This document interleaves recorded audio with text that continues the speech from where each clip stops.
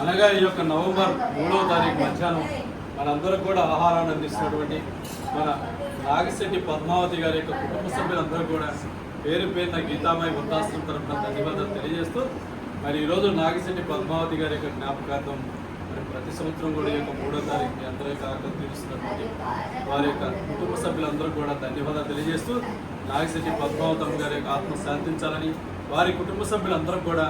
పద్మావతి గారి యొక్క ఆశీస్సులు ఆ భగవంతుని ఆశీస్సులు ఉండాలని కోరుకుంటూ అన్నదాత సుఖీ భవ, అన్నదాత సుఖీ భవ, అన్నదాత సుఖీ భవ. నాగిశెట్టి పద్మావతమ్మ గారి యొక్క ఆత్మ శాంతించాలని మీరందరూ కూడా అమ్మా ఒక్క నిమిషం అనుభవించాల్సింది.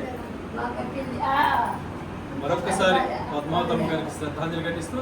వారి కుటుంబ సభ్యులందరూ కూడా ముఖ్యంగా వారి యొక్క కుమారుడు దయాకర్ గారికి వారి కుటుంబ సభ్యులందరూ కూడా ఆ భగవంతుని మనోధైర్యాన్ని ఆయుష్ ఆరోగ్యాన్ని ప్రసాదించాలని మీరందరూ కూడా భగవంతుని ప్రార్థించాలని కోరుకుంటూ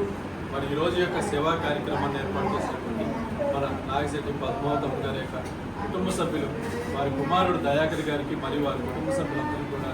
పేరు పేరున గీతామయ వృద్ధాశ్రమం తరఫున ప్రత్యేక ధన్యవాదాలు తెలియజేస్తున్నాను.